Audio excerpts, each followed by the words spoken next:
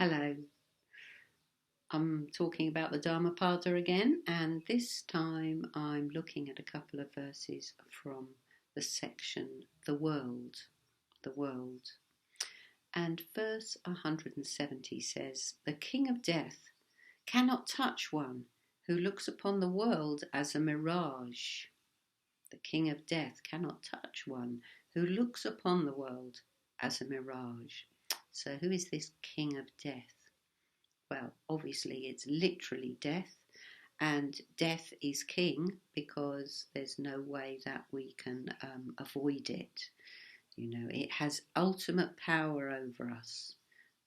We know that, and it involves a lot of fear that that's going to happen, and the inevitability is always hanging over us. So, life is king and death is king. But also it reminds me of that image of the Wheel of Life, sometimes called the Tibetan Wheel of Life. And we see a massive circle of samsara, and it's held in the grip of a monster. And that monster is also the king of death. We're gripped in that. What's he called? Yama, the Lord of Death. Yama, the Lord of Death, that holds that samsaric wheel that we're caught up in. So, using this term, the King of Death, it just shows the power that it has over us. It is sovereign over us in the way that it can't be avoided, and it has that ultimate power that we can't avoid. Who looks upon one who sees the world as a mirage. The king of death cannot touch one who looks upon the world as a mirage. So in what way is the world a mirage? Well, of course, this turns our mind towards the three laksanas, the teaching of the three laksanas. So, well, obviously there's something in front of us. It's not a total mirage, is it? But, just like the thirsty man in the desert who sees the mirage of water in the distance, that shimmering sand that gives the effect of looking like a beautiful oasis, a wonderful pool of refreshing water. And as he gets nearer and nearer to that supposed water, it disappears back into the sand. So we believe in what we're looking at, that it can give us satisfaction just as that thirsty man sees the mirage in the desert. We believe that we can satisfy all our cravings, and of course we know that as soon as we satisfy one craving, another one pops up. There is no end to craving. The only way to end craving is to train oneself in, you could say in simplicity and contentment. If we can train ourselves in those two fine qualities of contentment and simplicity, then we wouldn't crave so much. It would die down. It's only by chasing after things that that we think we can get some satisfaction.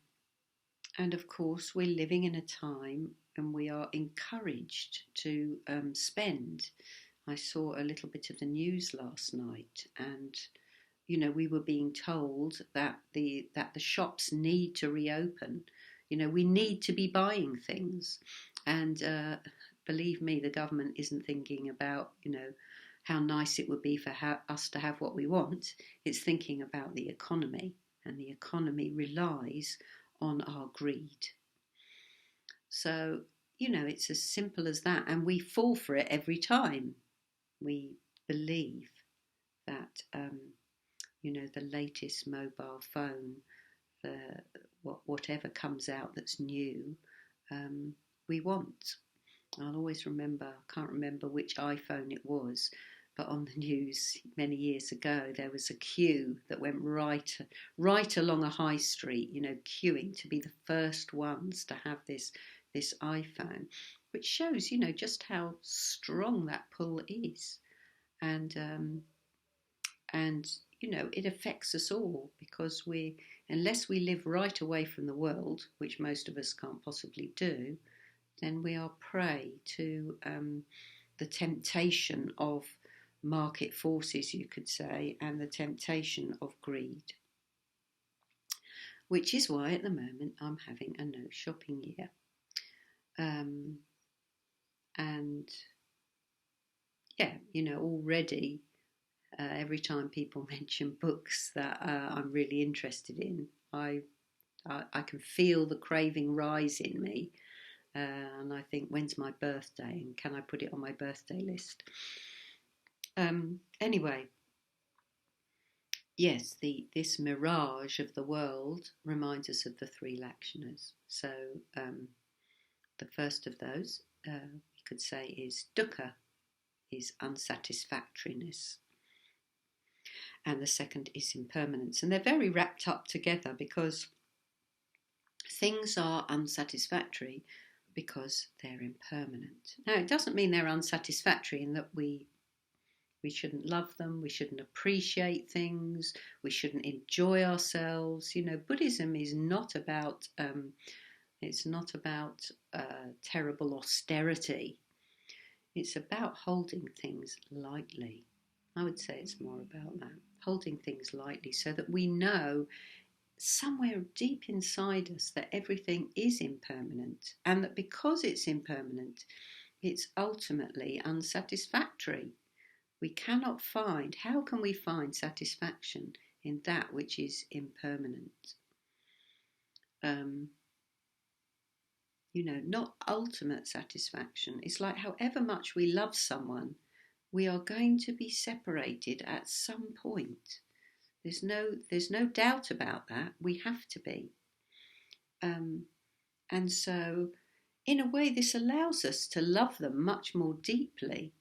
We can love more that which we know we're going to lose. So, yeah, that's certainly relevant to me at the moment, because I'm living in a very, very beautiful place. I've lived here for 18 years.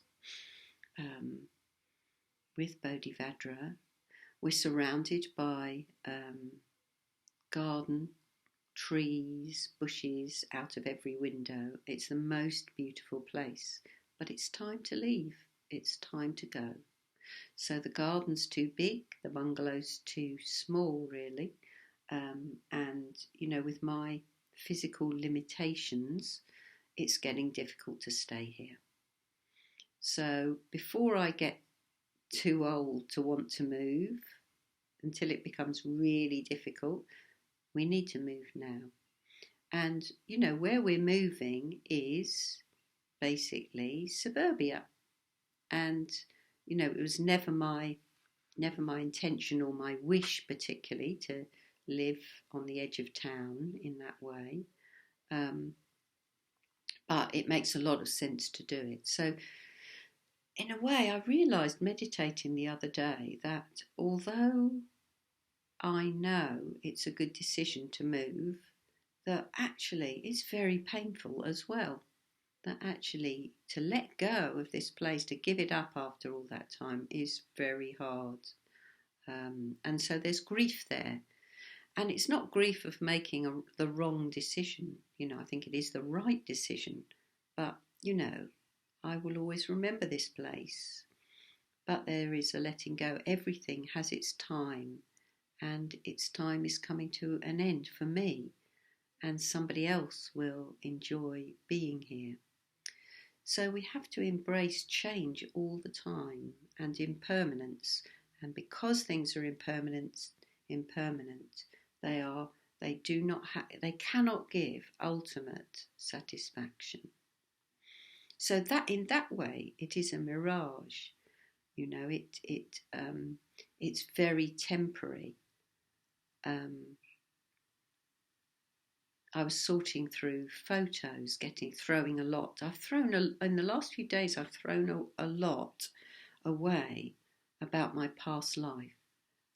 Old diaries, old photos, and it is a bit like, this is a different phase of my life, and I'm letting go more deeply than I ever have before of past lives, past lovers, past homes, people that have died, and just letting a lot of that go. And yeah, there's grief there, and there's also freedom there. It's like, yes, I'm entering a different phase of my life that doesn't include those things. So I was throwing away all these photos, and even when I came here 18 years ago, I looked very different. I was, I suppose, middle-aged or late middle-aged, or whatever age I was, I did look very different. And it's like, yes, it's a reminder. There I am, moving more and more closely to the end of my life. So, just coming back to this verse, the King of Death cannot touch one who looks upon the world as a mirage. So in what way can it not touch one? We know we're going to die. Well, it can't touch one because it's a bit like we see ourselves then as part of everything that is flowing, that's moving, that's changing. And if we really look at change, we know that we too are going to change. But what we do instead of entering that kind of freedom of change, we tell ourselves a story. And the story is usually a dark story about death. We've got no evidence for it. But anyway, maybe we're an atheist and we think we're just going to be a bundle of ashes. Or, maybe we're a Christian and we think that there's going to be somebody to save us and put us in a lovely place. But if we can just kind of sit in a middle ground where we don't know what's going to happen, but we know that some tremendous change is going to happen.